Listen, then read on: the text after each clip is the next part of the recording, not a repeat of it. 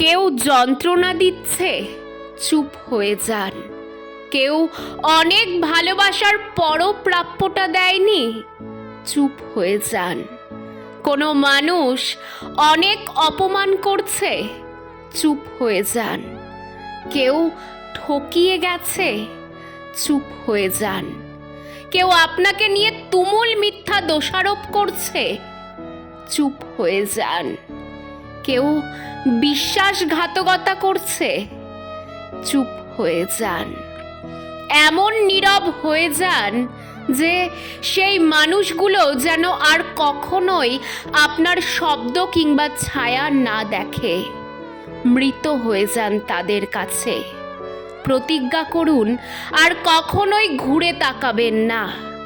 শুধু এই প্রতিজ্ঞাটা করতে পারলে আপনি কষ্ট পাবেন না। এই যে নীরবতা আপনাকে দম বন্ধ করা আর্তনাদ দেবে, কিন্তু অপর পক্ষকে দেবে আফসোস। আসলে আমরা হারাবার ভয়ে শব্দ দিয়ে প্রতিবাদ করি, কিন্তু আপনি কি জানেন যে মানুষগুলো আপনাকে মানুষ বলে মূল্যায়ন করেনি, আপনাকে দম বন্ধ কান্নার অনুভূতি দিয়েছে? তারা আপনার আপন কেউ নয়। তাই নিজের স্বার্থে বাঁচুন, নিজেকে ভালোবাসুন। আপনার একজন সৃষ্টিকর্তা আছেন। সকল দুঃখ, কষ্ট, চাওয়া পাওয়ার কথা সৃষ্টিকর্তাকে বলুন।